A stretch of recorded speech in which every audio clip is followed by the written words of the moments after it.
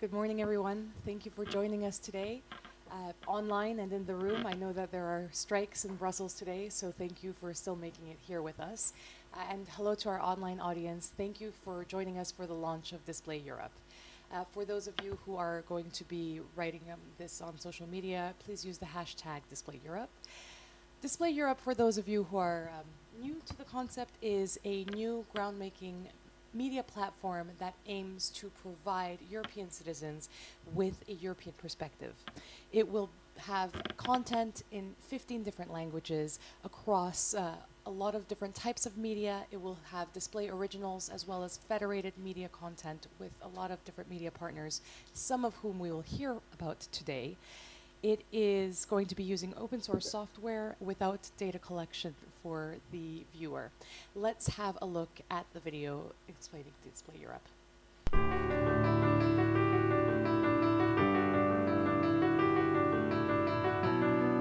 One Europe, endless stories.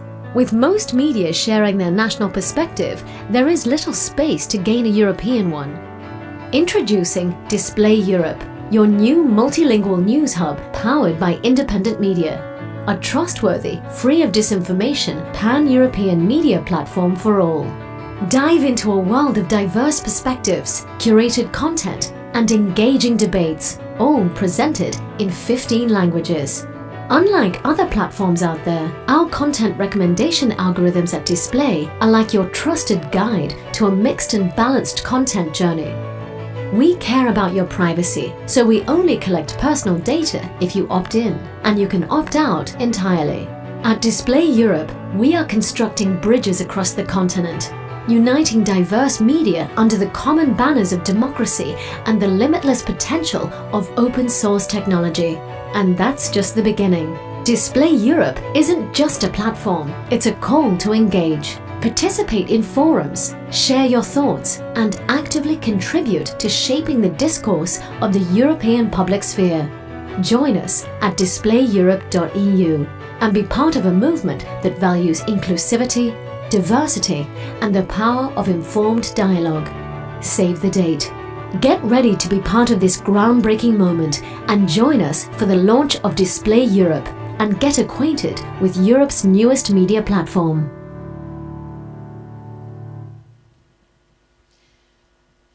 My name is Kelly Agathos, and ordinarily I am the host of The Schuman Show, which is a European political comedy show.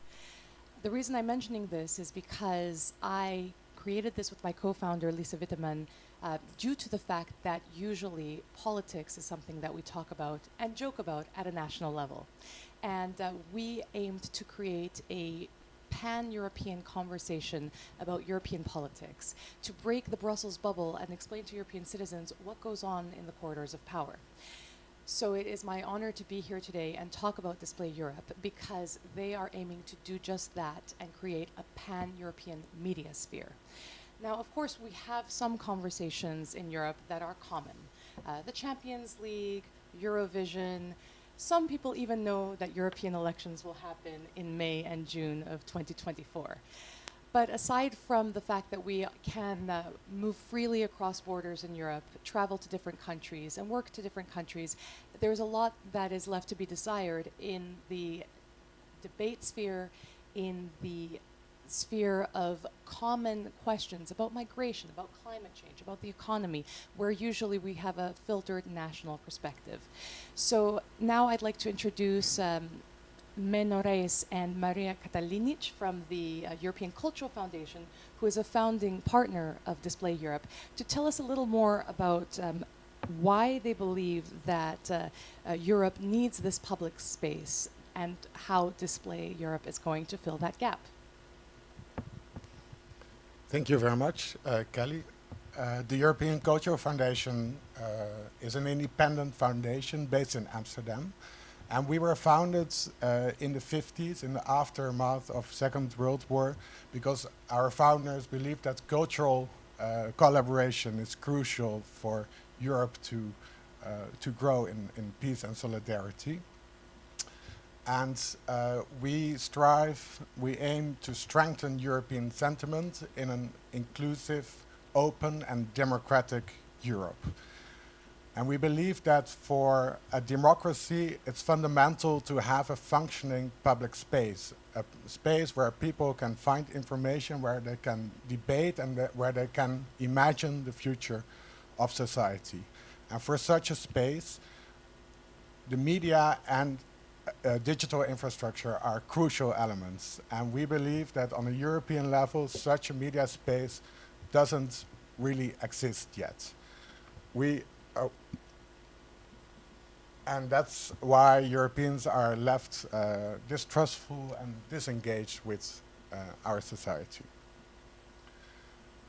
What is missing in the European media space?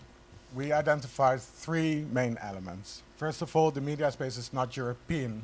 Media report from a national perspective, and there's no space to debate a European perspective. Even when it's about Europe, it's often reported on from a national perspective, like what can we as a nation state get out of Europe. Then social media, they're owned by big tech companies who have no other incentive than profit maximization, and their algorithms work in a way that they feed filter bubbles, and that's not beneficial for democracy. And thirdly, many inhabitants of Europe are almost invisible or at least underrepresented in the media.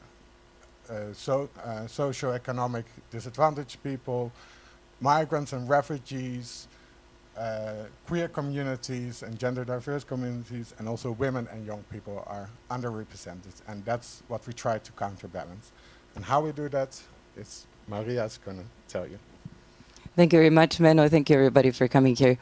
So I'm going to be, let me just see. Multitasking. Okay, so how did this whole story started? It started with workshops in 2020 and 2021, and so like-minded people got together from independent media organizations and ethical tech organizations to think about this problem as Menno proposed. So particularly in Co-Creation Lab in Brussels in November 2021, this initiative came forward. So it's built. So displayeurope.eu is a platform that's built and empowered by independent media, and it will allow content to be readable in 15 languages. Later, with time, as the technology develops, we'll probably add more languages, but for now, this is kind of the frame within which Display will present the content. So it's compensating news coverage in regions with low media pluralism and based on democratic values. It's also based on recommendations of personal interest, but without feeding bubbles, so unbiased AI. And Menno was kind of proposing with this, with talking about algorithms. So what does Display Europe offer? It offers newsfeed from diverse media, accessible through search, recommendations, and auto-translation in those 15 languages, as I said. And it also offers curated thematic reviews with the most relevant articles, video, and podcasts of the month. So in the Display Europe, there will be original content produced for now by partner members who are in the editorial, let's say, groups. And in one of those partners, Eurozine, is creating, and already created, and you can follow that, a Standard Time, a weekly TV show with the news, debates, and also comedy approach to European perspective, something like what Kelly is doing, and also Lisa in Schuman Show, who are one of the partners in Display. So, sorry, multitasking, but I do it well. We have 17 partners. We have 12 partners who are really working actively and dedicatedly to creating Display Europe platform. And then we have 5 associated partners, as I mentioned, Schuman Show, who cross-share their content with the Display Europe platform. In these 12 partners, we have editorial group, we have technical group, and we also have communications and other parts of it, community media, who work together on this, let's say, new initiative. So, here we will be hearing later from Roland, who comes from Fairkom, one of the technology developers of the platform, and which is launching. Well, we are here, but it will launch at noon officially. So, how do we manage to do this? How do we manage to keep this content and create it to expand itself? So partners are connected to a wide variety of media from across Europe. You can, if on Display Europe site, you're able to cross-search any of the content from this 17 members, which I have noted, but also there is original content created for specifically for Display Europe and from the financing that we got for this for the project. There is also a grant scheme system. So there's 2 grants. One has now closed, and one is currently being, as we talk, is being now online. And so there was Display Europe grant call, which was for 12,000 euros, and this micro call, which is until March 31st, 2024, for 2,000 euros. So all the grantees who receive funding from the Display Europe grant are creating original content that's also going to be on the display platform. And so with this, you know, talking about original content and things that will come to be presented to our media, I end my presentation. I coordinated myself well, and come back to Kelly. Thank you very much. Thank you, Maria and Menno, and to the European Cultural Foundation. Let's talk a little bit about the tech side next, because as you heard, in order to create a pluralistic European public space for the media that is devoid of the traditional national filters, you also have to get rid of the digital bubble, the digital filter that we usually have because of the echo chambers that are produced for us online due to algorithms. So to talk to us a little more about how that's going to be avoided, I'm going to give the floor to Roland Alton from Fairkom, who is going to speak about the tech development of Display Europe. Roland, the floor is yours. Yeah, Display Europe is more than just a portal. In 5 months, we've built a media hub that showcases articles, videos, and podcasts.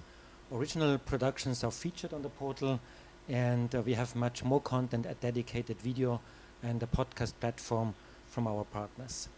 The components we deployed are the portal itself, as you see here on this diagram, PeerTube for streaming, and Mastodon for social media, all together available with single sign-on. So if you have one login, you register once, you get a Display Europe key, and then you can, as a user, use all the services. Certainly you can view everything anonymously, but if you want to make commands or use Mastodon, then you need to sign up. And we will not track from where you are. We are interested from the country where you are, but just for statistical reasons. Our partners, where we get the content from, most of them use WordPress, for example, Voxeurop or Eurozine. So we subscribe their content, select it, and then feature them on the portal. The videos they upload on PeerTube, and then we integrate that. We use ActivityPub as a protocol, which is the standard of de facto standard for the so-called Fediverse, which I will have another slide later on. And we have also had to build our transposer for the language processing. We have a replication collector, another piece of software our partner CBA has developed for collecting metadata and making search better accessible, and making recommendations in the later stage of the project. And we've built our own content delivery network, so not relying on the large cloud providers. We try to deliver a smooth user experience. Content is instantly delivered in 15 languages, also well readable on smartphones. We finally got rid of cookies, and so we do not track our visitors. And finally, we are fully GDPR compliant, as our servers are only in Europe located. The language processing is quite complex. As you see on this diagram, we had to build this transposer engine because it also costs a lot of CPU resources. And if a partner is onboarding, gives us 20 or 50 videos, then we have to queue all the transcription and translation tasks, and this is now done by this engine. We can connect to various different translation tools and language models. So we are also future-proof for the future. We can connect if new, better language models approach other ones. So this is an abstraction layer, not to be dependent on just one translation service. Streaming we do with PeerTube, which has in the name already this peer-to-peer streaming technology, which means that if people who are now watching our stream or watching a video together, they help each other to send them the video chunks, and not to that we have to send them all from our servers. That reduces the load on our servers, is more energy efficient and also helps to lower our costs on the infrastructure side. And as soon as a partner uploads a video, we have now a new button if they press publish, which is trigger transposer, and some minutes later you have everything transcribed and translated in 15 languages. This got ready on Saturday. Yeah, and it's working. Very proud of our team. Hello there. They did really a good job. Yeah, this is part of our infrastructure. We run everything on modern cloud technology. This is Kubernetes dashboard where you see all the tasks which are running. So we have a real high availability cloud infrastructure built ourselves. I mentioned already other parts, our own storage system. We do the statistics ourselves, so we do not use Google Analytics, but we have Matemo. And also the AI processing with Whisper is done on on a machine at CBA with a separate GPU. Transparency is important to us. We are publishing the originals with Creative Commons licenses, so the others can reuse that, saying that it's coming from Display Europe. We use open source tools. Some of them are listed here. We use open standards. We are using OpenAI where the models are known and where we can also enhance the models for other languages. And the governance itself will be reflected in a cooperative where even users can become members, and certainly the partners and we as founding members certainly. The Fediverse is the place where we play. The Fediverse is the new social media where the servers are distributed. So you look for your server where you want to host, you like your email hoster where you want to be, and then you sign up and then you look for people whom you want to follow. And there are many other, not only Mastodon, who is following this path. Even Meta has now published or presented Threads, which is the discussion service for Instagram.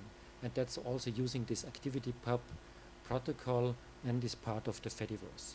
So we're trying to interconnect all the services, and we are now a real mesh, which for example means that if you are making a comment on Mastodon on a certain thing, on an article, then or on a video, then it will appear on the original PeerTube server.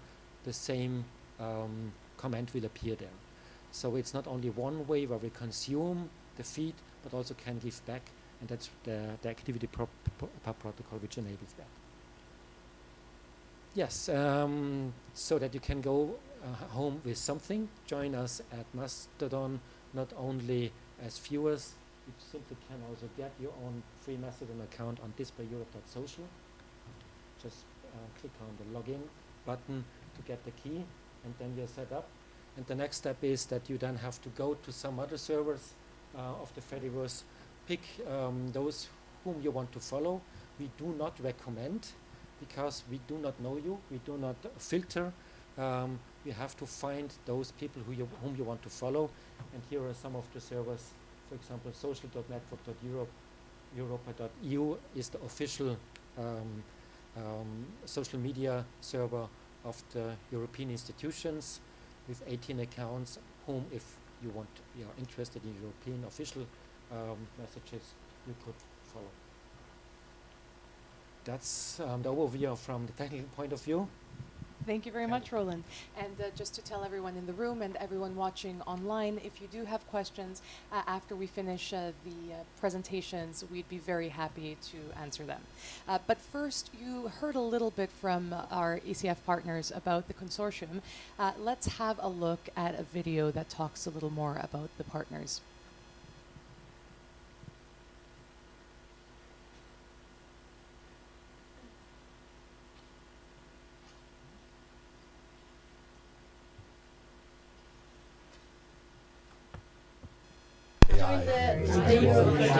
and provide content to a wider audience. Eurozine joined Display Europe because it is a great opportunity for our network partners to reach new audiences across Europe and beyond. By providing multiple language versions of the content, Display Europe offers the possibility of wide coverage and thus a significant insight into the publications of independent European media. We are from the Cultural Broadcasting Archive and have been operating a content hosting platform for community media for over 20 years. We believe that community media can make an important contribution to the European public sphere by using AI language tools and open source technology. Display Europe gives us the opportunity to fast-track the planned technical architecture and to start to build the European network. We hope that we can pool resources and work together to tackle the huge challenge of technical development and maintenance of NGO media. The European Cultural Foundation was founded in 1954 because our founders believed that European collaboration should be about more than just economic collaboration. It should also be about cultural collaboration and creating a shared space where Europeans can meet each other and discuss a common interest. And we believe that media and digital infrastructure are vital elements for such a space, and that's why we supported the development of Display, a European media platform based on public values. Krytyka Polityczna.pl is the largest progressive website in Poland, offering diverse insights on politics, society, and culture. Our decision to join the Display Europe is not just a strategic move. It is a commitment to a shared vision of Europe, a united Europe, where diverse voices are heard. My Country Talks is a platform for European dialogue, and after years of running cross-border projects, we really see the need for a space where Europeans can connect across cultures and languages and find great content that reflects European values.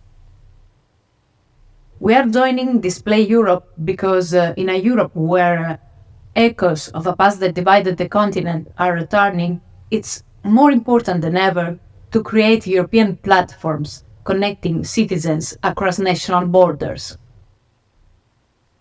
From the very beginning, we at Voxeurop wanted to contribute to European public space through sharing stories across the continent. We do it by sharing our best stories with like-minded independent European news outlets, and this is why we happily joined the Display Europe platform and project. We believe it's the best way to foster this European public space we all strive for. So we joined the Display Europe project because it's quite a new initiative with very many different stakeholders from different type of sectors, and I think that's needed for innovation in Europe, and we think it's going to be really beneficial for all the freelancers in our journalist network. Hi, my name is Vladimir, and I'm the current president of the board of the Community Media Forum of Europe. We have decided to join Display project because we believe that it is covering one of the very important topics that we deal with on a daily basis, and this is the digitalization of the community media in Europe.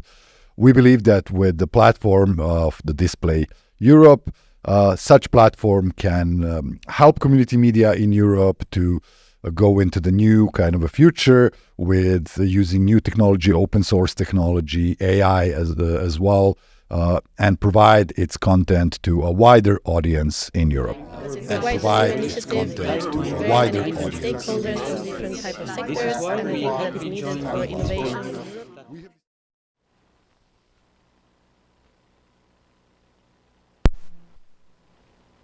Reason Display Europe came to be, the technology that is going to be powering Display Europe.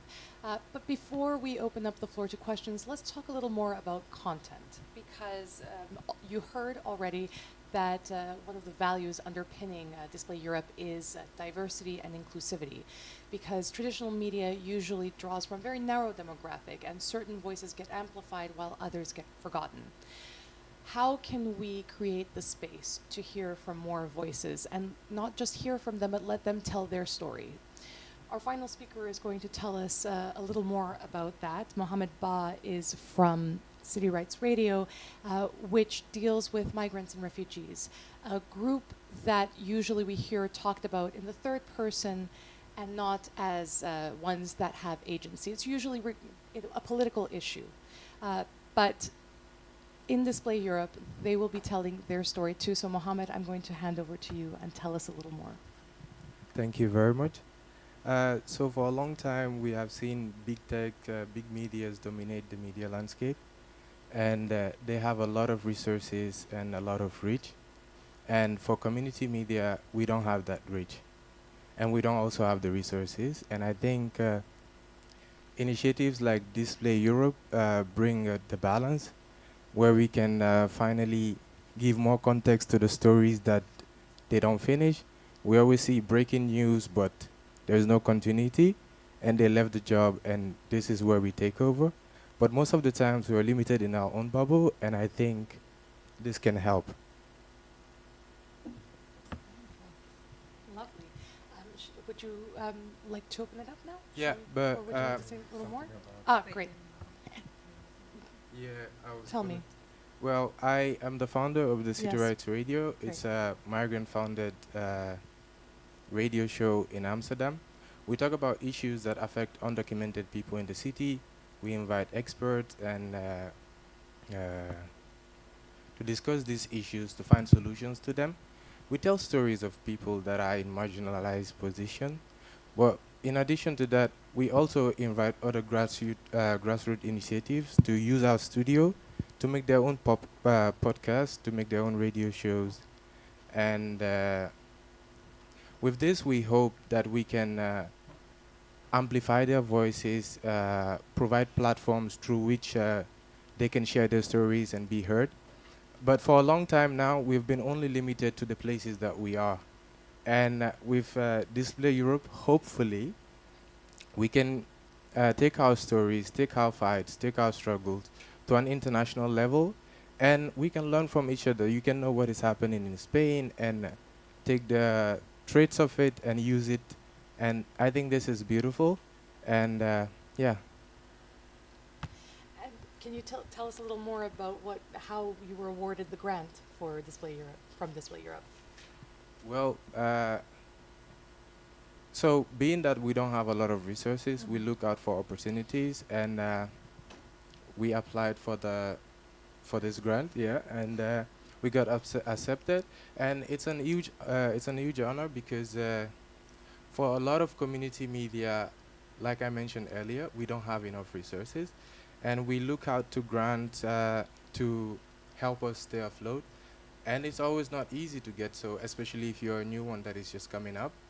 And we got the grant.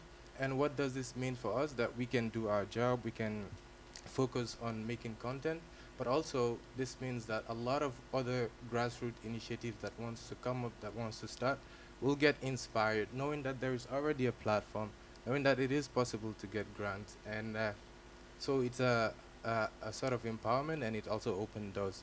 So I hope to see a lot more community medias coming out in the near future. Thank you very much.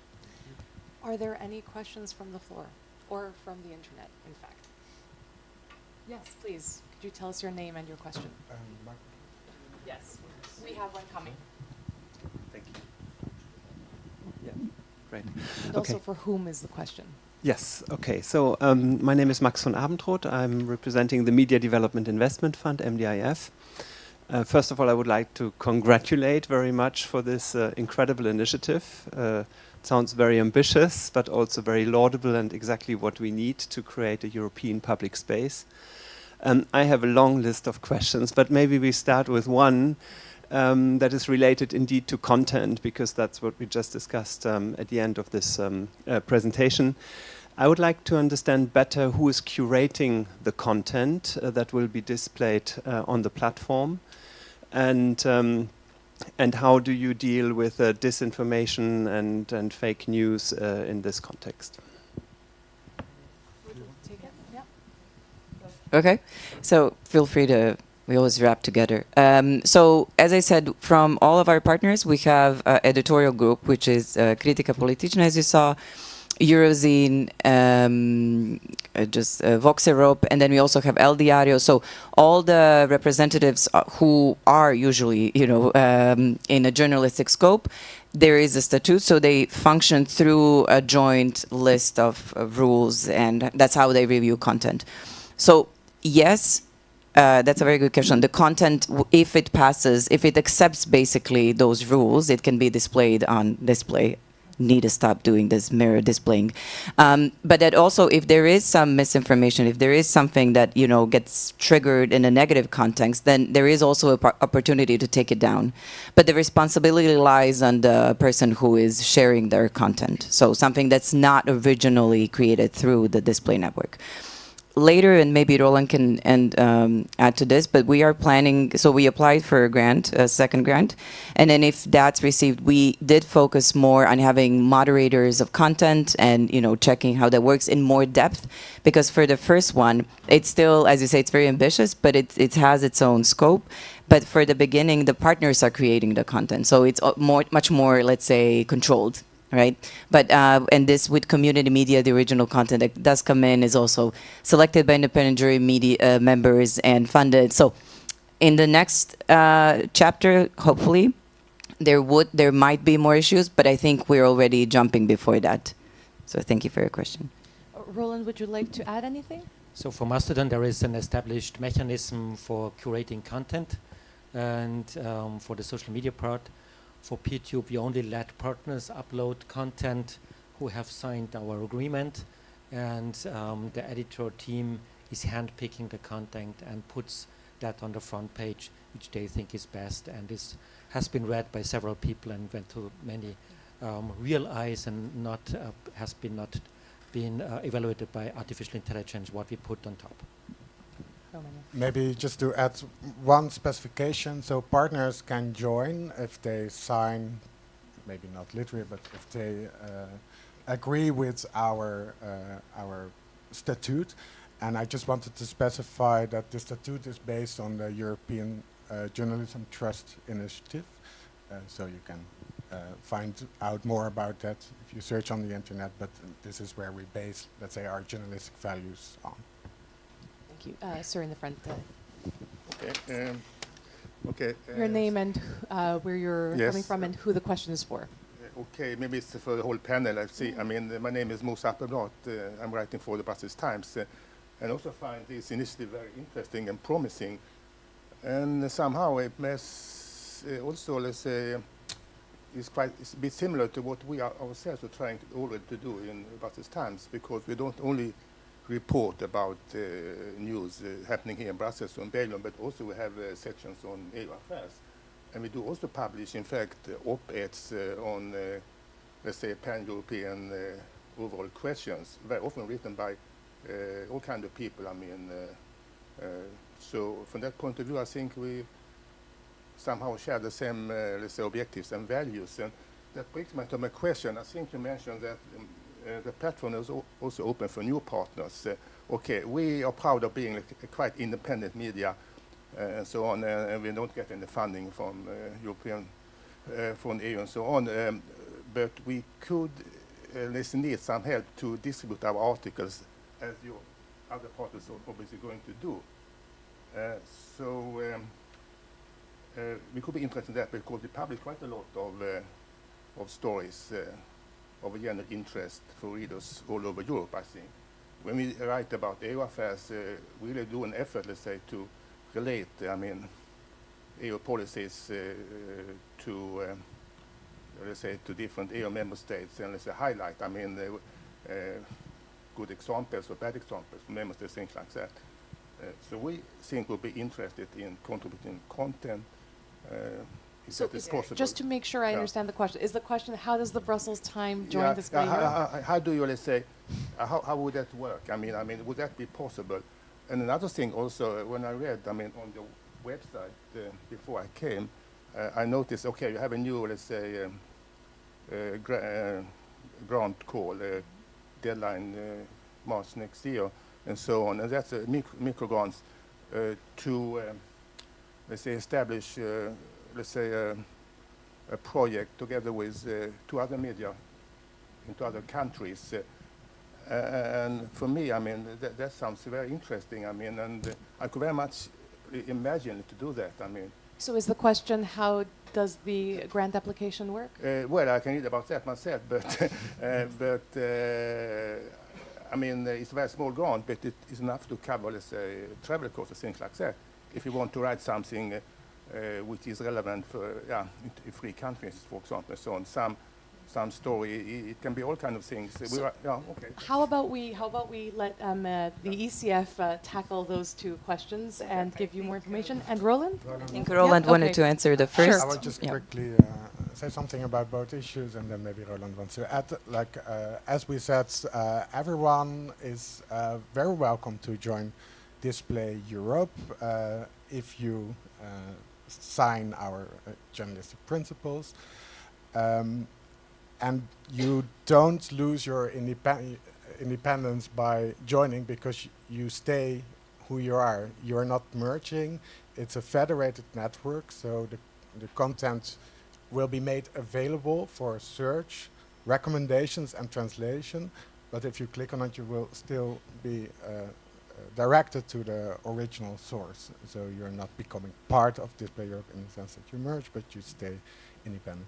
For the grants, there's quite a limited number of grants available, but the application procedure is very light. So if we are specifically looking for cross-border stories and stories that bring something new to the European public sphere and the media sphere, that a perspective that we haven't seen a lot yet.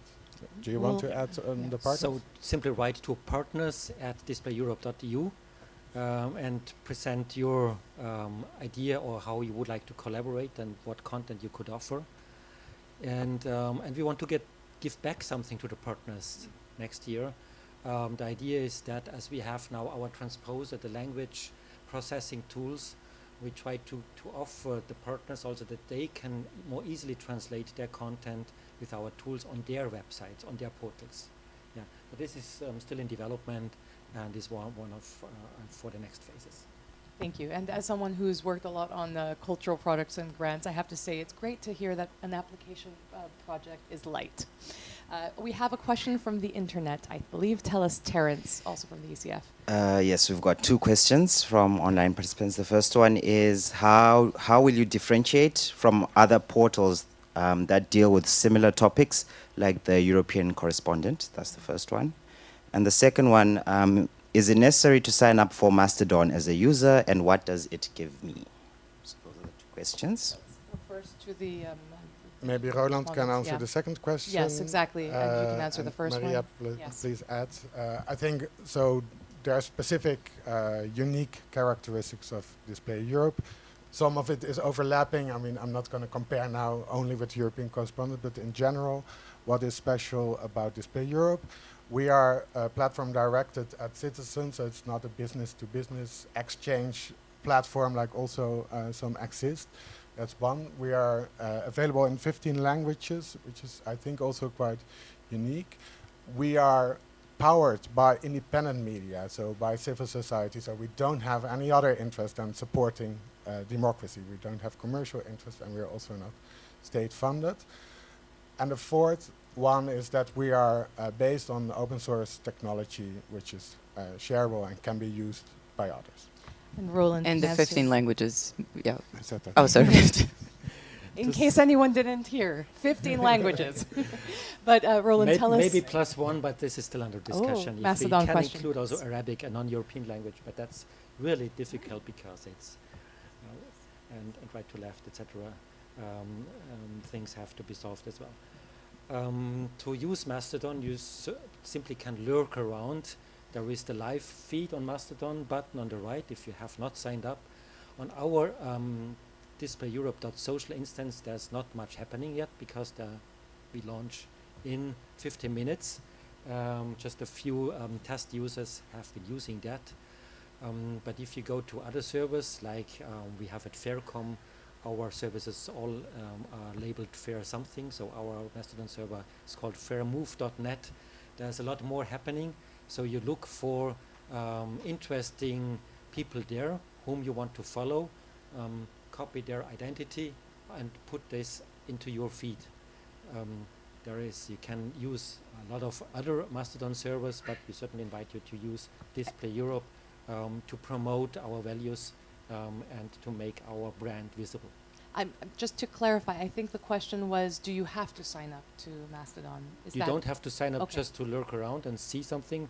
You don't see much yet on displayeurope.social. You see more on other Mastodon servers. That's coming if it's populated, if there are on one server, if there are people, then all the feeds which they consume are also shown to others. Yeah, and that's so you don't have to do that. Mohammed?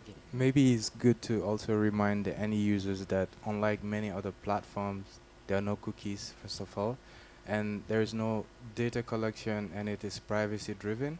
And those are a lot of things that people are fighting for in this modern age. And I think it's important as a user to take this into account, first of all, and knowing that also most of the news that you're going to get are from authentified sources, and this is good, I think. Yep. No fake news. Can we go to the back? Yes, exactly. The microphone is here.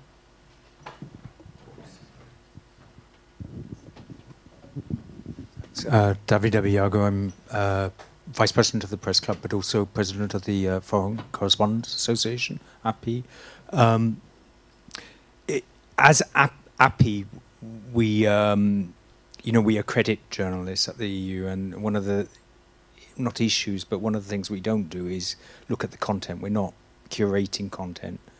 We're looking at the conditions behind the media producing that. Obviously, we have 167 journalists, I think, accredited. I can tell you 433 males and 300 less females. But we don't look at what is actually being produced. Or we do, but we don't take that into account. I was wondering, how do you curate? You mentioned the principles. I couldn't find them on the website because you're actually looking at the content. I mean, I assume, pro-Russian propaganda is not something you do. If it's, anti-immigrant, you wouldn't take that. Those types of issues. And there's a lot of that around, obviously. That's why you're doing this thing. So how do you curate that content? That's my question. Who would like to take it? You? Okay, Roland and Menno. So I think we should differentiate between the so-called federated content, which is available for search, and translation and recommendation, and the content that's actually highlighted on the portal, so on the homepage, let's say. So for the federated content, we only use this Journalism Trust Initiative as a filter of which partner can join, and of course, if someone sees something that is violating this code, then could notify us, and we can take it down. And if it happens more often, we can take the whole partner down, so to say. The content on the portal is curated in a, let's say, more traditional way. So there's an editorial team that decides what to put where and which content to highlight. So the portal is just a website, but there's just a website, a very interesting website offering a European perspective. But behind it, there's this federated content, which is very diverse, and every partner is responsible for their own content. Thank you. We have, I think, another question from our online viewers. Terence. Oh, sorry. You still look a bit puzzled. Was that a clear answer? Because you were still. I saw in your face. Yeah. Okay, we can provide that. And Roland, you wanted to? No, you're good? Okay, so statutes will come later. And Terence, tell us what the online questions are. Right, so we have a good one here. It says, in terms of sharing opinions and ensuring you give a proper European view of things, what efforts will you take to ensure you steer clear from content that might seem left or right or any other variations? That's a very good question. So one of the things, as we constantly been saying in the no cookies and algorithms like don't remember you, is that the content that you do receive when you go online is not just the content that you always search. So you will get stories which are maybe outside of your bubble, So the idea is that you are encountering different perspectives and different stories as you're on display. So in that sense, that is the attempt from our side to allow you to experience other perspectives. Hopefully that works. That's the only way we can control how people perceive things and what they read. But this is our way of getting them into that kind of discussion. But also what will be on display later next year, when we have also the parliament elections and everything, there will be an option in display, and you can correct me if I'm wrong, but if I'm like, where you can discuss topics. It's going to go through also a different project called Europe Talks, but it's also be a part of display where you cross-share your opinions with somebody from a completely different perspective. So in that way, and also by using the social media, where there is a forum and discussions, this is several layers where this will be addressed. Just to add a half a sentence, so cross-share your perspective means that you are invited to a one-on-one conversation with someone with a opposing political view. That's the Europe Talks concept. And also we would like to surprise you, especially if you use the search, which also has just been finalized the last days. You might find a lot of different results which probably are not exactly what you have been looking for, or exactly matches your taste or is within your bubble. One of our content partners is the Cultural Broadcasting Archive, which has within this effort transcribed 20 years of audio material podcasts which have been produced by community radio stations, mainly in German-speaking countries, and which is now could pop up if you search for a certain phrase, and it may surprise you what the result is and what the opinions of others are. However, we do not fool your bubble, so we do not present you what you expect or what you think are looking for. If we do that in future, we would like to do it with an algorithm which probably gives you 3 items which are probably like you are minded, but then the 4th is the opposite. But that's for the next phase.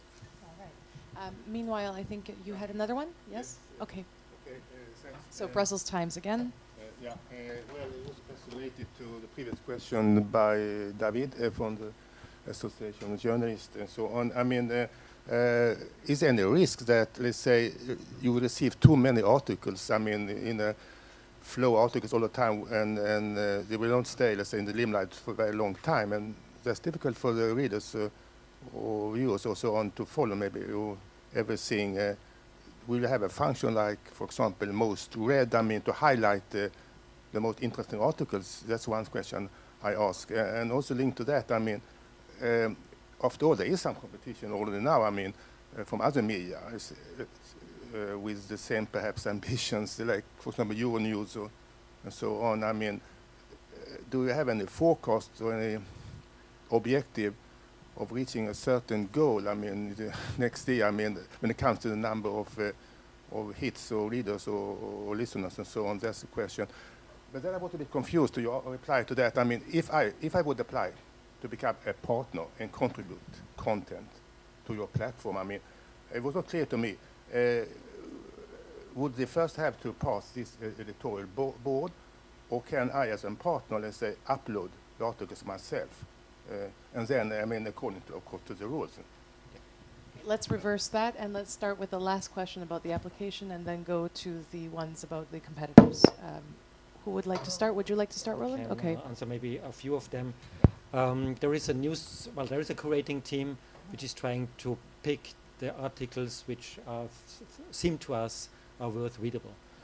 So it's a very traditional chief officer, chef vom Dienst, we say in German-speaking countries, which you have established everywhere, who are deciding every week which we put on front to make a selection. But certainly we have a lot of content which you find through search and on the other pages. And we link to the partners then certainly as well, because it's always, the source is always mentioned. And if you think you're more interested in content from Voxeurop, Eurozine or Brussels Times, then people know where to go, and hopefully you will also get then more visitors, or at least not lose visitors to us, but that this stays in balance. The hand-picked content is also presented in a newsletter, which we will start in 2024. So you already can subscribe to that, and then you get the most important articles we select for that for you in your mailbox. And yeah, that's what I want to contribute. Would you like to add something, either of you? Well, the targets, how many unique visitors, our quite ambitious target is to have in total 3 million unique visitors in the first year. So that is, in practice, half a year from now, because that first year includes the development. So on the 30th of June 2024, we should have reached 3 million unique visitors. And perhaps maybe if any of you want to speak a little bit about what happens if you have an overflow of content, what happens, the most read question, for example. I mean, so currently we don't have a limit. So we are able to receive, and we're just starting, so it's still fresh origin. So there is no limit for now. You can, contribute as much as you want. There is this archive, so to say, among creating original content. So that shouldn't be an issue if you want to contribute. But because it's also an extent, uploading and cross-sharing, it's also, there is labor in that. So usually when, you start and then you see how that goes. So you don't immediately do 1,000 articles, I think, just human-wise. So, yeah, to decide.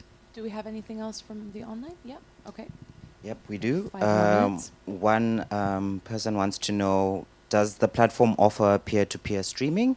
And if it does, how does it work? And is it better than other offerings, I suppose?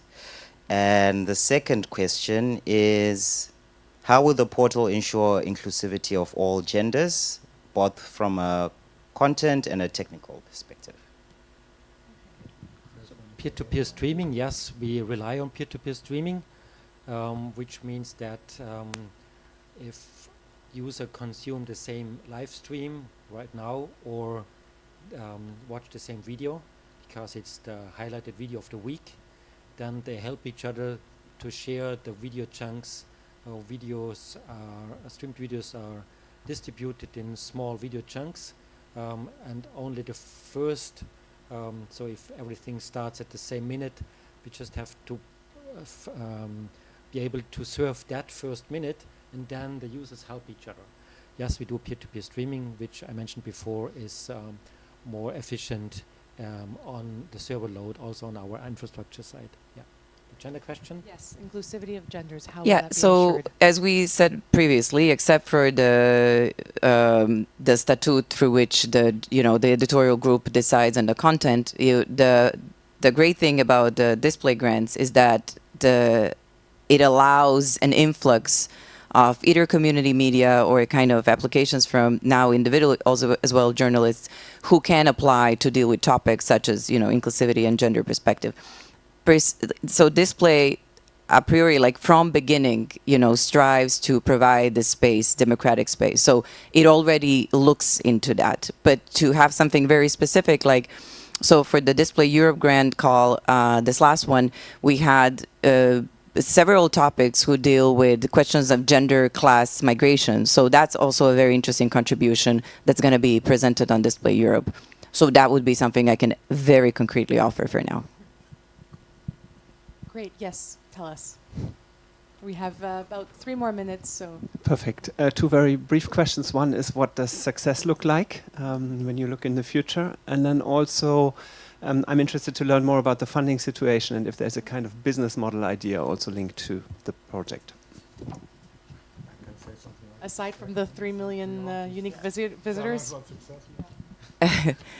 I was thinking that you're more of a visionary than me, but success would be a lively place. So a place where discussions happen on the portal, that there is a sustainable funding that allows it to grow. There is a large network of not only community media organizations and journalists, that there is really this kind of a community, a very strong community that is still structured, but it has a lot of space for discussions, debates, and topics. So that would be, for display, that would be my vision of success.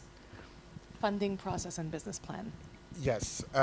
So we did a few weeks ago found a co-op in which the partners are owners, and there is also colleges of other owners that include, let's say, members or users, individuals.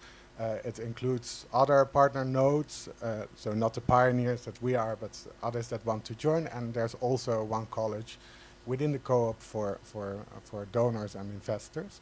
For the first year, we rely for 80% on EU funding. The other 20% comes from the partners, mainly the European Cultural Foundation, which is lottery funded. But the idea is that on the, not long term, but like a little bit over the short term, the co-op will take over the role of the central coordination and also the curation of the portal.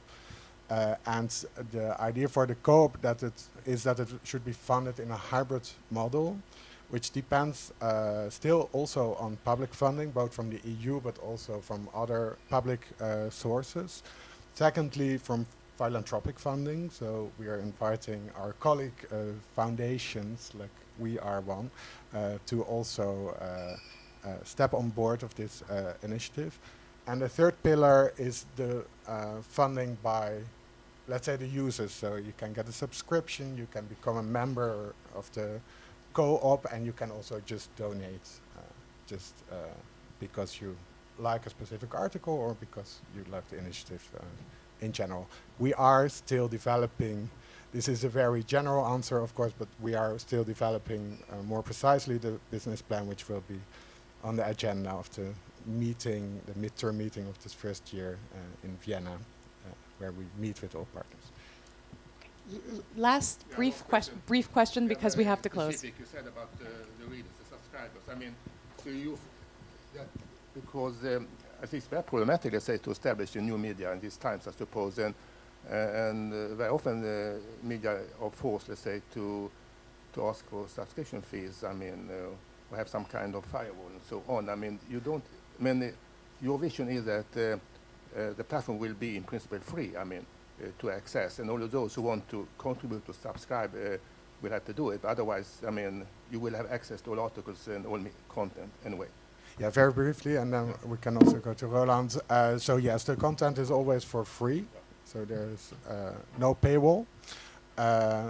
However, we do believe that our users, our readers are, at least some of them, willing to donate for having this content just to support the initiative. And there are many examples where we see this concept worked, and one very good example is our partner in this Diario, who have content for free, but members are still contributing, and it gives them other benefits. And we want to give the subscribers, and especially the co-op members, you can also become a member of the co-op in 2024, and additional services, which will be, for example, well, the Mastodon account is now free, but for example, that you can upload also videos and use it for your own. If you don't want to use YouTube or Vimeo or one of the other large platforms, or allowed to comment or use our language tools, but this is still under development. We have a lot of ideas, including events, etc., which we are trying to gather from some cities or regions, and then republish it again and make that available, like other media houses do it as well. They have some special services probably then for their users. However, the content should always remain free. Thank you. 12 o'clock past. Exactly. I was about to say, this means that we're live now, right? We are live. So if you are people on the screen, reload your browsers. We have now scaled up the Kubernetes cluster at least to 5 parallel pods, and you should see now the full-fledged portal with the new design, which has been agreed 5 days ago. And another programmer came to us 3 days ago, and they did 2 night shifts, and I think it should be ready. Excuse some glitches if something doesn't work perfectly yet, but it was a tough time for us, but I hope it is working. So that is displayeurope.eu. Remember to follow us with the hashtag Display Europe.